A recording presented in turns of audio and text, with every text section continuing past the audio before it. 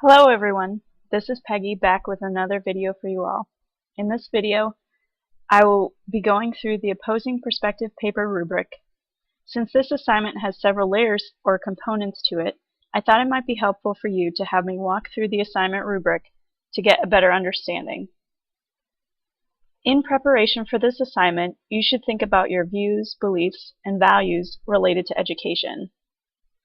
Identify a particular issue or dilemma in education for which you have a definite side. For example, you might have a definite opinion on the use of standardized tests. So let's say that your belief is that standardized tests should not be used to evaluate students, teachers, etc. For this paper, though, you're tasked with arguing an opposing side, or in this case, in support of standardized tests. So yes, this means you will need to argue against your own beliefs. This will be a challenging exercise because it requires that you defend, justify, and support the side you do not believe in, hence the name of the assignment, the opposing perspective paper.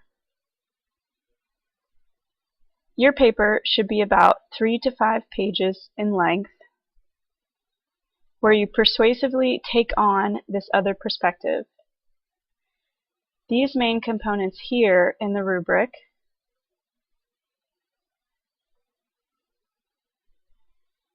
relate to these 3 to 5 pages. You will also need to include at the end of the paper a separate page or more reflecting on your process to write this paper, as well as how it made you feel and how it was related to the issue of prejudice reduction. In other words, this assignment extends our learning from the module on prejudice reduction. Let's look at the persuasive component of this assignment, the 3 to 5 page paper. In this rubric, you can see that we've broken down the evaluation of this paper into 6 areas, where each area is worth up to 5 points. The first area relates to taking this opposing perspective. The standard here reads that you should clearly describe the perspective taken and why the issue is being discussed is important. This is really the introduction to your paper. Tell the reader what the issue is and what side you are taking. To continue with our standardized test example, this is the section where you would say that you are taking the side that supports standardized testing, knowing that that's not what you actually believe. The next component of the rubric relates to support. In this section, you should demonstrate that you might actually support standardized tests and give clear and accurate reasons for doing so.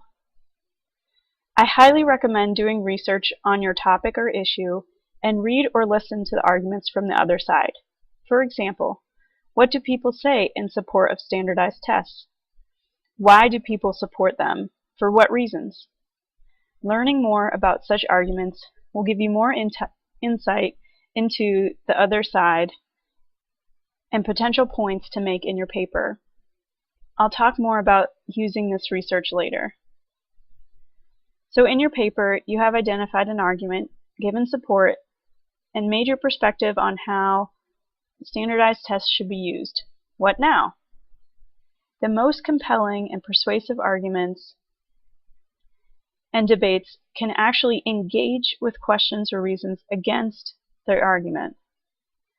By doing this, you can show how your argument can withstand criticism. You will do the same thing in this assignment.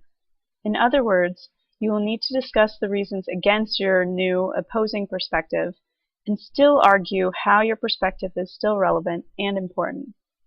Let's use our standardized test issue as an example. Remember, in the paper, you're arguing in support of the tests. In this section, then, you'll need to engage or respond to critiques against standardized tests and still argue why the tests are important.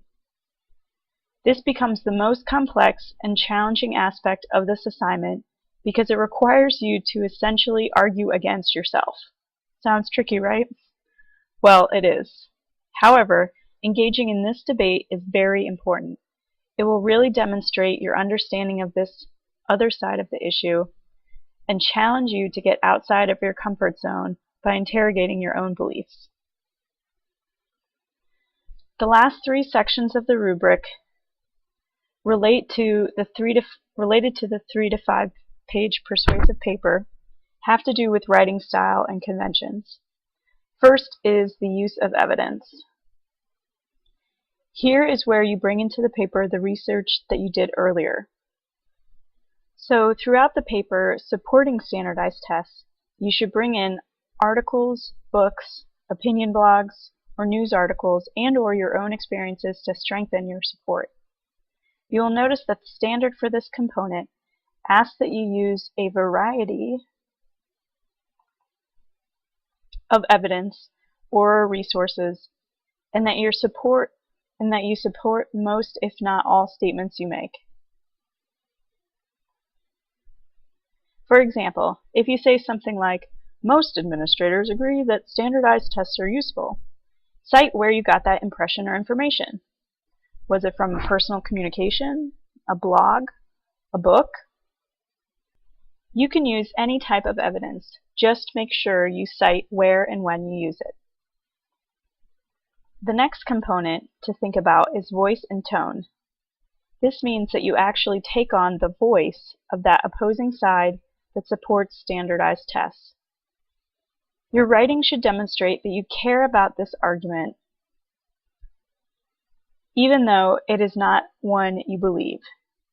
Be careful not to let your own beliefs on this issue sneak into the paper and your writing.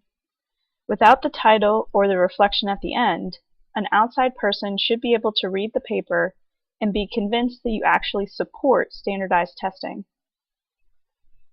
Finally, conventions. This means that your paper has an organizational structure or flows. Headings work well for some writers, and others do not need them. Use whatever will make the paper flow from one point to the next. Also, check your spelling and grammar, write in complete sentences, and use words or language that really convey the feelings of someone supporting this issue. Now, these last 2 sections have to do with the reflection. Remember that you have to write the 3 to 5 page persuasive paper and at least 1 additional separate page that is for your reflection. In that reflection, you should address these 2 areas. First is the writing process. Tell the reader how you approached the topic, how you picked your issue, how did you find your resources, etc. Also, tell the reader how it felt to do this assignment. Additionally, your reflection should also address how doing this assignment, that is, the idea and/or practice of it, relates to your professional/teaching practice, as well as how it relates to the module issue of prejudice reduction. Remember, your reflection should be at least 1 page, but you may need more. Finally, from the 40 points total from this rubric, we will calculate how many of the 20 points possible you get toward your final grade. I will end by saying that this is a challenging assignment, but many have found it to be a good and constructive challenge. Keep getting outside of your comfort zone and have an open mind. This concludes the video on the opposing perspective paper rubric. If you have any further questions about this assignment, please post them in the class-wide discussion board.